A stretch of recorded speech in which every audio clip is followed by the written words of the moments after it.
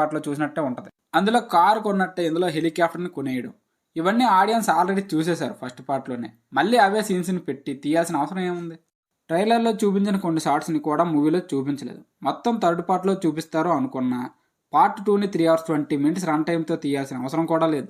బాగా చెప్పారు. అసలు పార్ట్ 1లో అల్లు అర్జున్ లోయల్టీ కానీ ఆయన వర్క్ మీద పెట్టే డెడికేషన్ కానీ వేరే లెవెల్.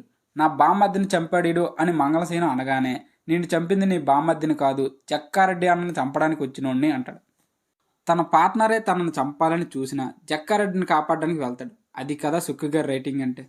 రన్ టైం ఎక్కువగా ఉండడం వల్ల ఈ సీన్ ఏంట్రా ఎంతసేపు ఉంది అనే ఫీలింగ్ వస్తుంది. లెంత్ ఎక్కువ అవుతుంది అని సీన్ని కట్ చేయడం వల్ల మూవీలో ఫీల్ పోతుంది. అందుకే ఏదైతే షూట్ చేసామో అదే అలా పెట్టేశామో, అసలు కట్ చేయలేదు, ఇక మీదట కూడా అలా కట్ చేయను అని రంగస్థలం టైంలో ఒక ఇంటర్వ్యూలో సుక్కు గారు చెప్పారు. ఓకే, బాగుంది, కానీ రంగస్థలం అనేది ఒక ఎమోషనల్ డ్రామా కాబట్టి ఆ మూవీకి సెట్ అయింది. ఈవెన్ పుష్ప